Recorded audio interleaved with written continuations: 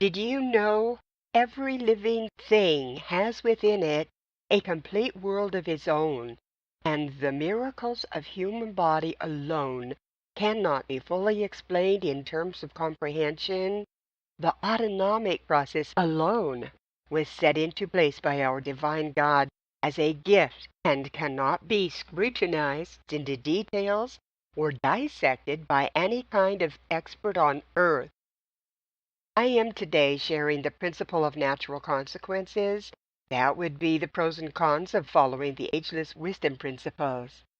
It is written in the Holy Bible that we are given an expected end. I am here to tell you that it doesn't just mean an end to life, but an expected end to all circumstances, jobs, end of the day, and even things. When one commits to following the principles, the benefits are innumerable and begin immediately to seem to come out of the woodwork around us as we are provided spirit eyes to see the subtle beginnings. As we embrace the little evidences, a spirit of loyalty to the truths sets up within us the ability to live by faith, knowing the larger issues are just as easily being resolved, even before we ask. I maintain my exhortation to remember the perpetual immersion of good in which we abide, the very same omnipresence of God, the divine principle. Try to comprehend that word omnipresence. And I maintain the reminding that our blissful life surrounds us and is walled out by not following the principles. The blissful life is the natural consequence of existing and is only distorted by our own selves. The principles of God, the divine principle, is the only way to break down those walls. It's your free will, your choice. Are you up to it? Learn to recognize the little things, such as always having an easy entrance into the traffic lane when needed. Or, if that didn't happen, or say a traffic light took extra long to change, or something like that which we most commonly consider an annoyance, and yet consider it to be instead the manipulation of your circumstances by the divine universal principle of God to avoid what you didn't know what was ahead of you that would have been truly annoying or even disastrous. Adopt a new life model. It always works out, and watch that happen.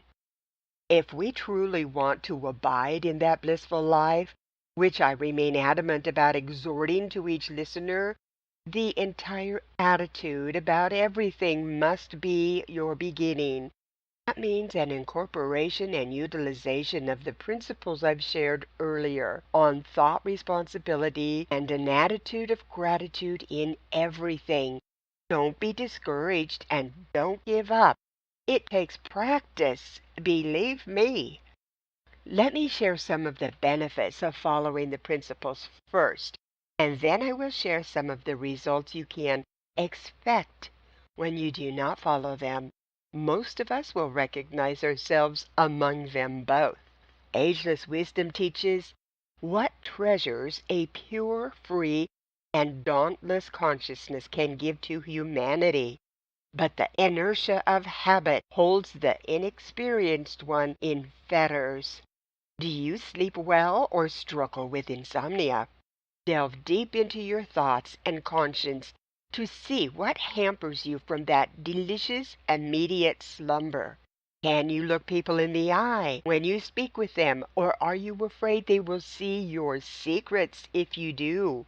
Settle those secrets once and for all, committing not to repeat them, and feel the freedom of looking another straight on, thereby instilling in that one to seek the same freedom. It goes on, and when you meet a foe too great for you, behold, the Son of Man is at your door, and he can speak, and all the hosts of heaven will stand in your defense.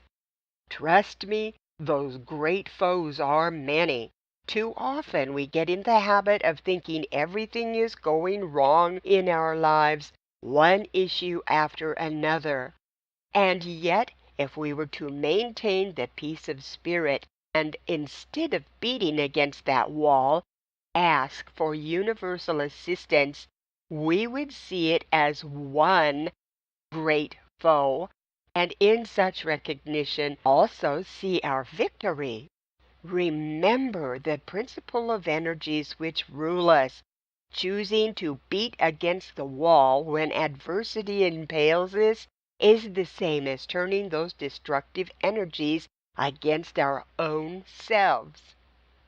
And it continues, one may notice to what extent aspiring people, even under the most unfavorable conditions, find strength to discover the light. We watch over such light bearers who overcome the most incredible difficulties. The law has been sent, the path has been indicated. Let him who seeks find. I say not just who overcome the most incredible difficulties, but more like so they can overcome. Be a light bearer. It's easier than you think. Here is one imagery I have always loved. When you boil a carrot in water, what happens to the carrot? The water changes it, right? But what happens if you boil a coffee bean in water? Does the water change it too? No. The coffee bean changes the water. So, what are you, carrot or coffee bean? It continues, he who follows the teaching, the principles, loses the passivity so cherished by people. But he who does not follow receives the full downpour of karma. Judge for yourselves who has chosen the right path.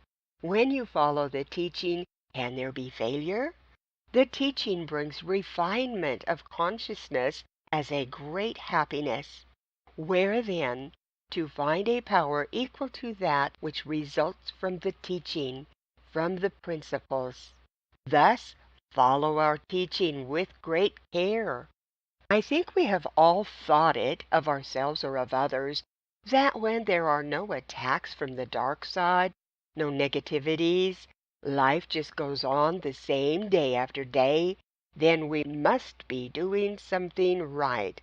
Right? Well, such passivity is a sure setup for failure in the battle which can suddenly ensue unprovoked. For progress is prowess, spiritual power, and is diminished from lack of exercise and activity.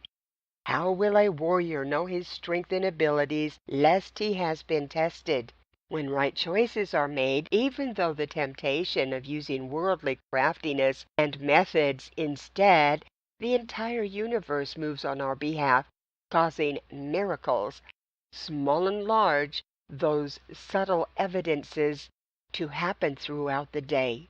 It is an autonomic process, a principle set into motion by God with creation, even as the law of gravity and breathing.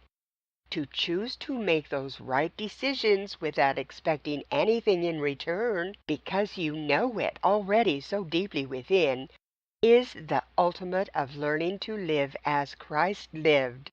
Seek ye first the kingdom of God, and all these things shall be added unto you. You ask, how do you seek ye first? I say, one decision at a time. You ask, what is the kingdom of God? I say, God's way of doing things. Thus, in each and every decision and choice, seek to do things God's way. It is that simple, not easy, but so simple. I spoke before about the most marvelous and worthy gift of detachment within each person. Alan Hop King, author of Esoteric Healing and Ageless Wisdom teacher, states that each person has two sides to them. There is the will of the personality, and there is a will of the soul. These are not necessarily opposing, but they are usually different. The simplest way to come to grips with them is to realize the personality is born under the sun sign, say Aquarius, and the soul is born under the rising sign or ascendant, say Leo. He claims that after a thorough study of the indications of each, the person is to aspire to the rising sign's positive indications in their personality life. For instance, replace, unify, or integrate that which is the less positive or lower characteristics in the personality. In a revelation I had about his statement, I saw the principle of detachment take place as my personality, my form, my body, all of which I call my automaton made for specific use by the soul, becoming the vehicle and my soul taking over as the driver and navigator, using my automaton eyes to see the world through the eyes of the soul. That would be the spirit eyes spoken of in Ephesians 1:18, King James Version, as eyes of understanding. I recognize that when we make a pact with the soul to let it be in charge of our actions, reactions, we must do so with the preparation of being tested. The awesome thing about partnering with your soul is that you can leave all, I mean all, of the emotional and spiritual stuff to it while you focus on the manual labor of your assignment or purpose or whatever needs to be done. That, my friend, is detachment, and also called unhampered liberty.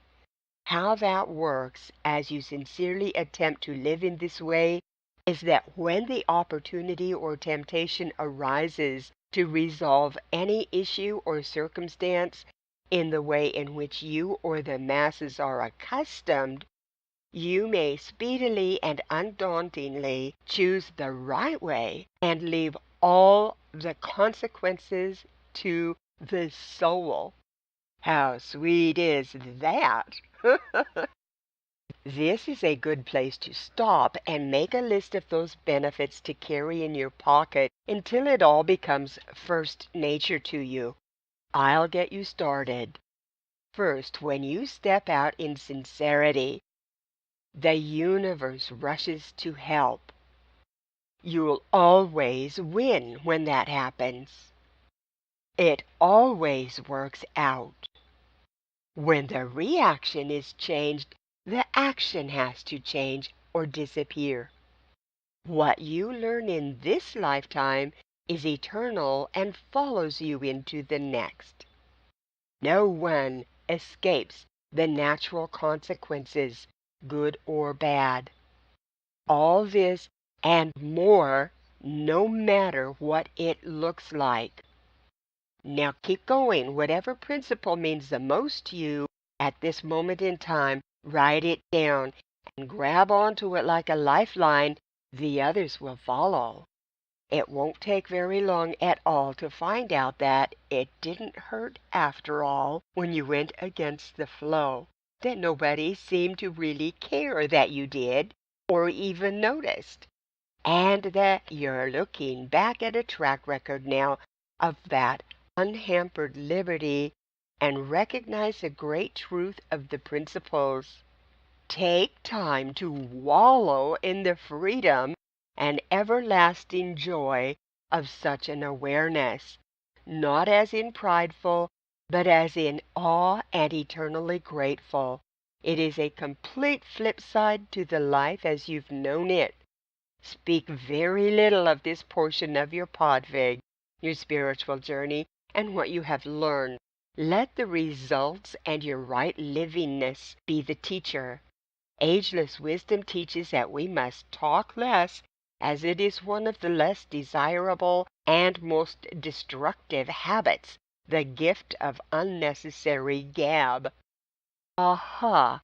And now the downside to all this knowledge and newfound spiritual light is just what I spoke on last week about having gales, rather hurricanes, of circumstances assail you. Oh my gosh, it's an eye-opener for sure, but meant to be.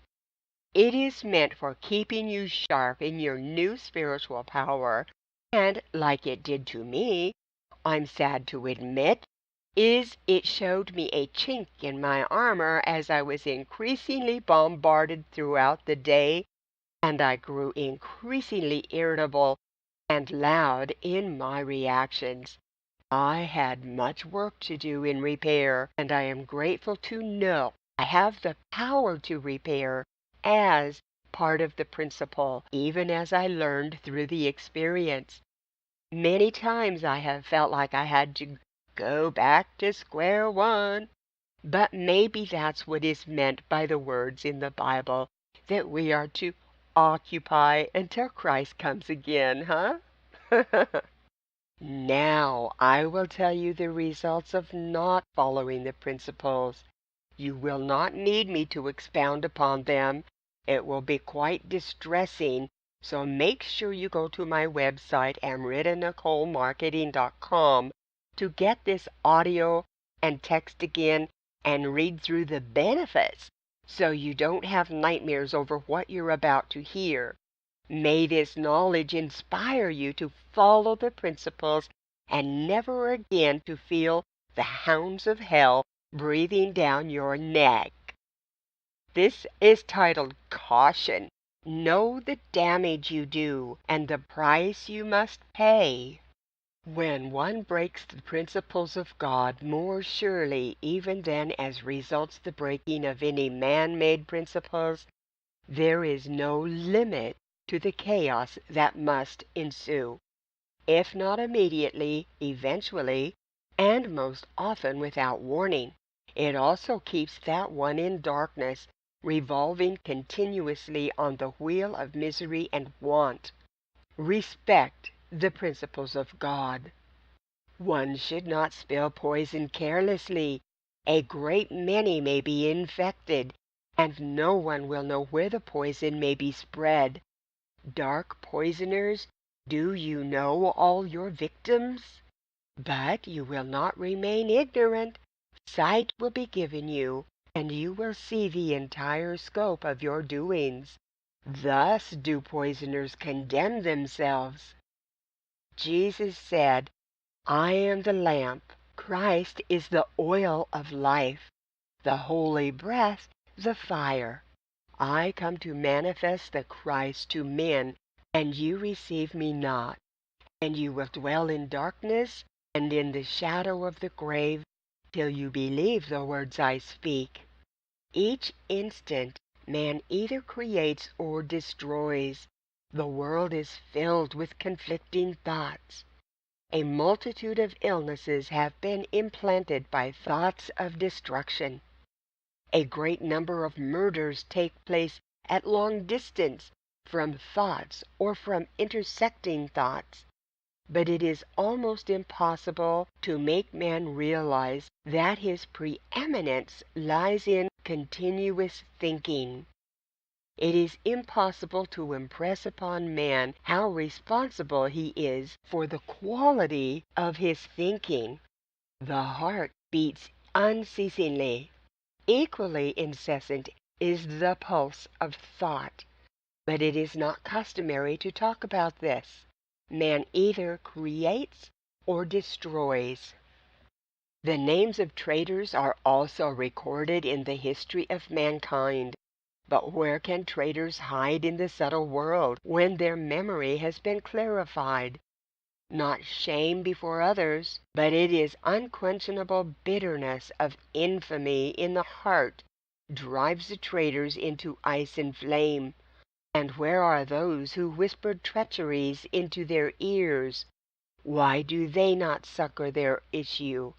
They do not seek them out in the darkness. Terrible is the condition of traitors, murderers of body and spirit.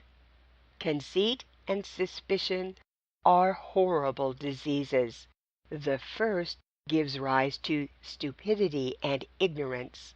From the second issue lies and treachery. I now speak to you of courage, for as you have seen, it takes the most determined mindset to step onto the path you have long suspected was the only way to your blissful life, which you have so often merely glimpsed. As Alice Bailey tells us, there is no power on earth which can prevent the advance of man towards his destined goal, and no combination of powers can hold him back. She goes on to encourage and prepare us, perhaps. It takes courage to make spiritual decisions and to abide by them. It takes courage to adjust your lives, daily and in all relations, to the need of the hour and to the service of mankind.